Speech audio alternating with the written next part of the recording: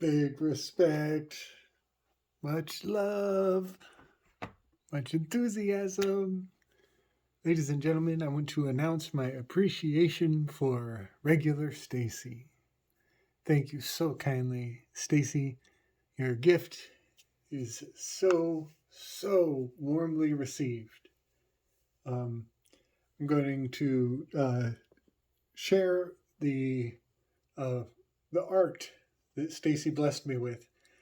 Put it up on the channel header so everybody can see our new image.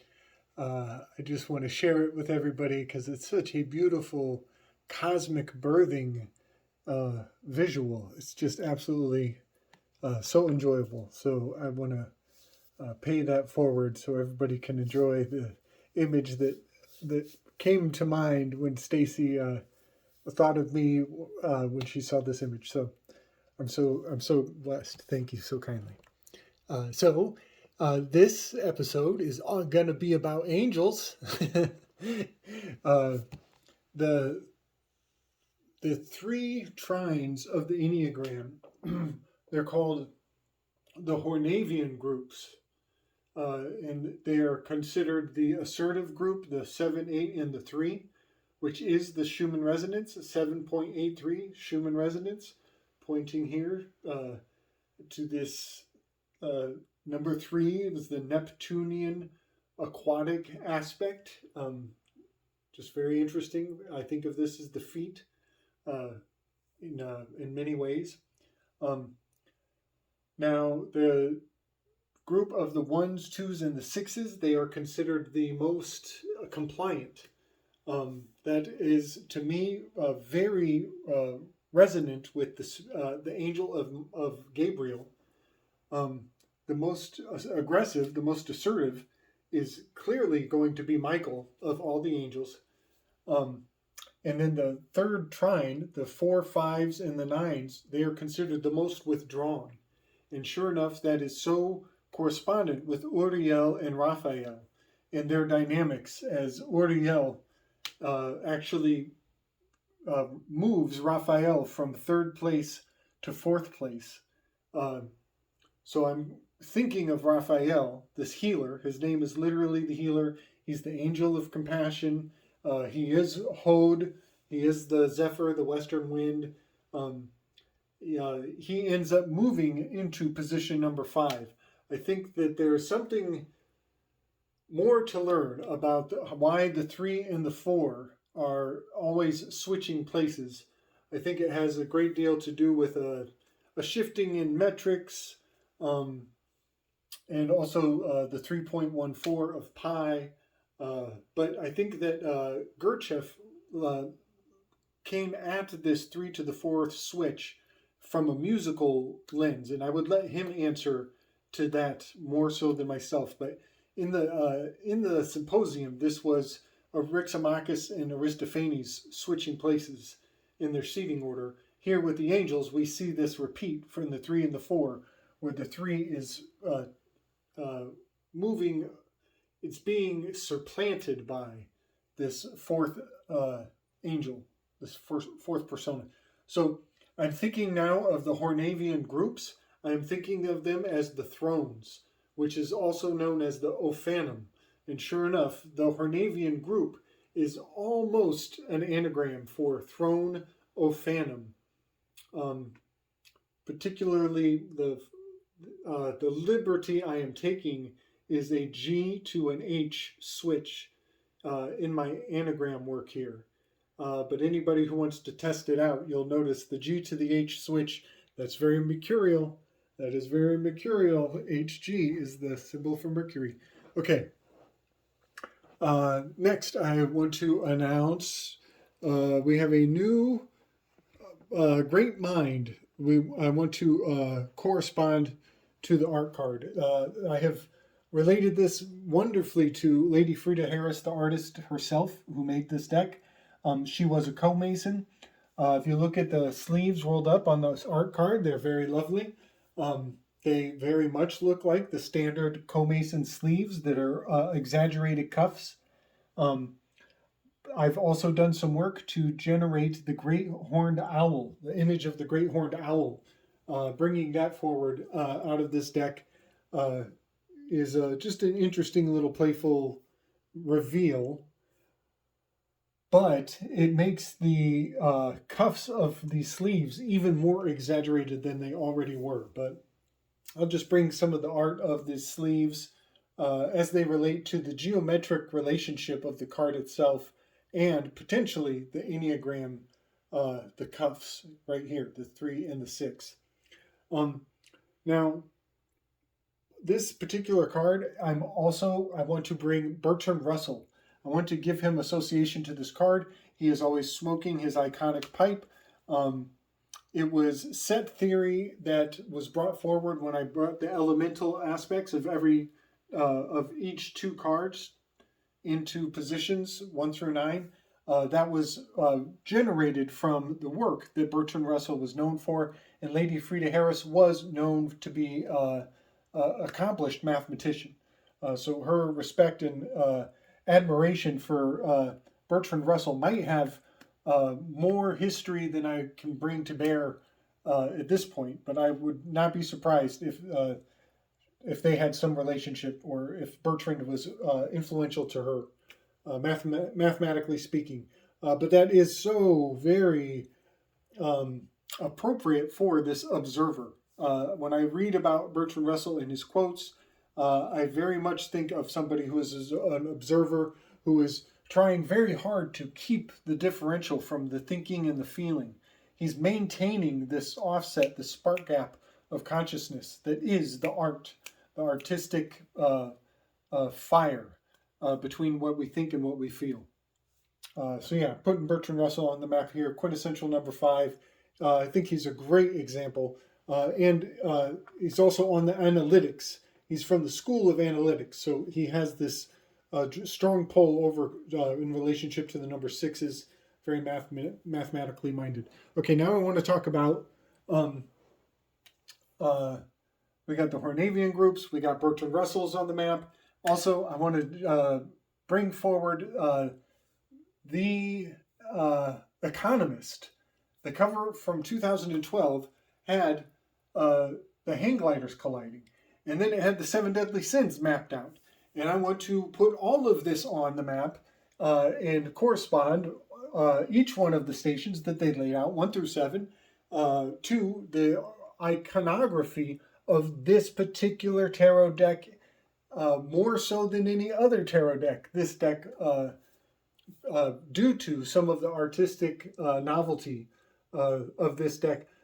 So, first we start with the symbol of wrath, which was Netanyahu and some other Yahoo colliding with their hang gliders that seemed to have been prophesized from the popping off of what happened as Mars was in Scorpio here recently. Sure enough, most sun cards, the Perseus child is waving a red banner, riding on the Pegasus horse. The red banner is the color of the hang gliders. This fortune card in particular, if you turn it sideways, it has 2 spears on the head of this this volt of electricity, which of course makes me think of elections. This is the votive offering. This is electing to take the first step. This is an initiation. The geometry of the hang gliders is also intrinsic to the nearly right angle triangle in the backdrop of this fortune card, but also Netanyahu. His hang glider has a citrus wedge shaped triangle that he's attached to. It's distinctly different from the other hang glider, as they are colliding in a bubble of wrath that looks so much like this sun card, but also it's taking place, the collision is at the peak of a hill. And so there is, of course, the sacred hill, the biblical hill, that everybody wants to get to the high ground and take the hill as we are kicking off the war in Mars. Okay, so yeah, there are symbols for wrath. are so correspondent. I'll just bring the images forward and you can see with your own eyes. Seeing is believing, right? So we're crossing this river Styx, we're crossing the Rubicon. We're moving forward into Pride. Was Obama on a boat? He is the prideful giver. River on the river Styx. He's the giver. I put him and Big Mike in there. The color of the river is red. Of course, that's blood, but it's of course also Hades. We're in the underworld. This is the river Styx. His boat is on the river Styx. And I put Big Mike over his shoulder because pride is signified by the rainbow. So, of course, Big Mike's got to be in there. But he was also the keeper of the Harvard Law Review, keep in mind, which gives him relationship to the Torah, and the keeper of the law, which the Torah scroll is on the lap of the high priestess card.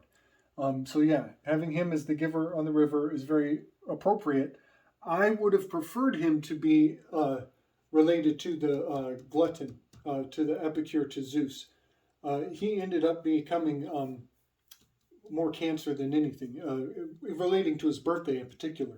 August 4th is very Cancerian. But he's over here rocking the symbol for pride with the thumbs up. Next, we drop down to envy. The symbol for envy was such a perfect match. It was amazing.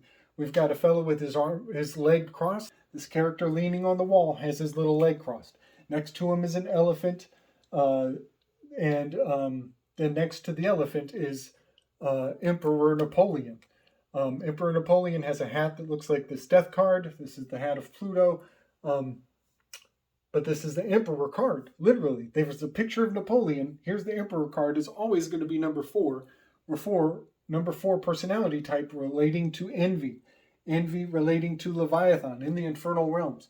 So let's not forget, I should go back and mention that if Obama's riding on the boat of pride, that gives him the infernal spirit of Lucifer, right? Coming from the Judaic, through the good book, through the lens of the good book, that gives him the infernal spirit of Lucifer.